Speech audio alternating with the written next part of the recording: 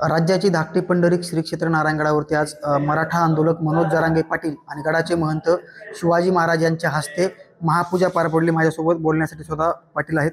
दादा काय सांगाल, आज स्वतः तुमच्या हस्ते दुसऱ्यांदा पूजा पार पडली, तुम्हाला पूजेचा मान मिळालेला आहे। बाबाजीच्या साक्षीनं आज महापूजाचा पूजा करण्याचा योग आला। मान म्हणता येणार नाही, देवाच्या चरणी आम्ही भक्त, एक शिष्य म्हणून प्रत्येक वेळेस गडाच्या आम्ही शिष्य आहे। या महाराष्ट्रातले, या बीड जिल्ह्यातले आणि गडाच्या पायथ्याशी गावो ना गावो या गडाचे निश्चिम भक्त आहेत सगळे।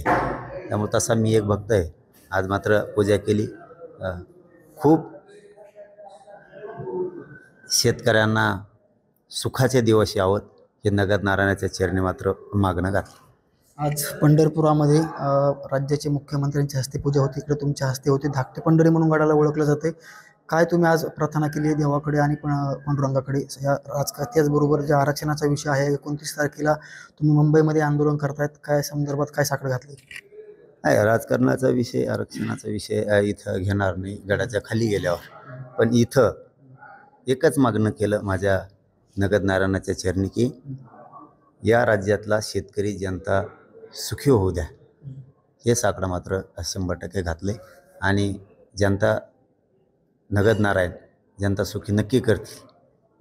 आरक्षणासंदर्भात काही साकडं घातलं नाही का देवाकडे?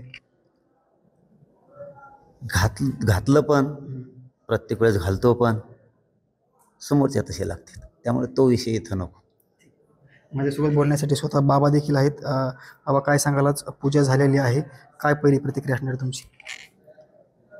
श्री क्षेत्र संस्थान नारायणगड, महाराष्ट्राची धाकटी पंढरी या ठिकाणी परंपरेने चालत आलेला हा सुयोग आणि आमचे परमार्थप्रेमी माननीय जरांगे पाटीलसुद्धा या पूजेसाठी हजर आहेत। आणि नगद नारायणाला आमचं एक साकडं आहे की सर्व महाराष्ट्रातील नाही, राज्यातील सर्व शेतकरी बंधू असेल, आबाल वृद्ध स्त्री पुरुष यांना सुख शांती समाधान प्राप्त हो, हे नगद नारायणाकडे साकडं आहे।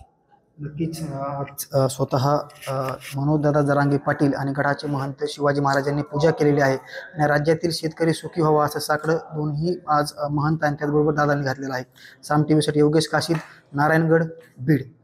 आता isakal.com आहे देशातील नंबर 1 ची मराठी न्यूज वेबसाईट। प्रत्येक अपडेटसाठी isakal.com ला नक्की भेट द्या।